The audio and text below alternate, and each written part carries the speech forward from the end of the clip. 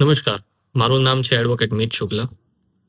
હું એક મહત્વપૂર્ણ સલાહ આપવા માંગુ છું આ પ્લેટફોર્મ ઉપરથી સમગ્ર દેશવાસીઓને કે તમે કોઈ પણ વસ્તુ થઈ છે તો એની એફઆઈઆર લખાવવા જાઓ છો તે કાં તો તમારો સારો એવો મિત્ર હોય જે વકીલ હોય એને લેતા જાઓ, અને જો મિત્ર ન હોય તો સારો એવો વકીલ ગોતીને લેતા જાઓ. એનું રીઝન છે કે ગઈકાલે ભાવનગરમાં માઢિયા પાસે એક એક્સિડન્ટ થયું હતું કે જેમાં વિરલભાઈ નામનો વ્યક્તિનું બુલેટ ચલાવતા હતા એમનું એક્સિડન્ટ થયું છે. એફઆઈઆરમાં એવું લખ્યું છે કે બુલેટ પહેલા ડિવાઈડર સાથે ભટકાણી, પછી રિક્ષા સાથે ભટકાણી. અમે ત્યાં હાજર હતા એક્સિડન્ટ થઈ ગયું ને પછી મૃતદેહ પાસે, ત્યારે અમને એવું જાણવામાં આવ્યું હતું કે જે એક્સિડન્ટ છે એ હેરિયર કારે કર્યું છે અને કે હેરિયર કાર ફરાર છે.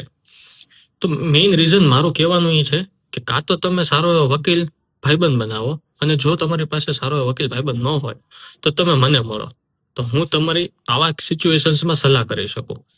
એફઆઈઆરની જે વાત કરું છું એ એફઆઈઆર પ્રત્યે તમે જો વાંચશો તો સાવ એટલે સાવ કેસ ખોખલો થઈ ગયો કહેવાય. હવે આમાં જે મળવાપાત્ર પૈસા હતા માણસને એમએસસીપી થ્રુ એ ઓછા થઈ જાય, કેમ કે આમાં વાક વિરલભાઈ નો આવે, વિરલભાઈ ભટ્ટ. આવી સિચ્યુએશન કોઈની સાથે ના સર્જાય એટલા માટે મારી નમ્ર વિનંતી છે કે તમે એક સારો એવો વકીલ તમારો ભાઈબંધ બનાવો, અને જો તમારી પાસે સારો એવો વકીલ ન હોય ભાઈબંધ તરીકે તો તમે મને મેસેજ કરો આ ઇન્સ્ટાગ્રામ ઉપર, તો હું તમારે આવી કંઈક સિચ્યુએશન્સ હોય તો ત્યારે મદદ કરી શકું હું તમને.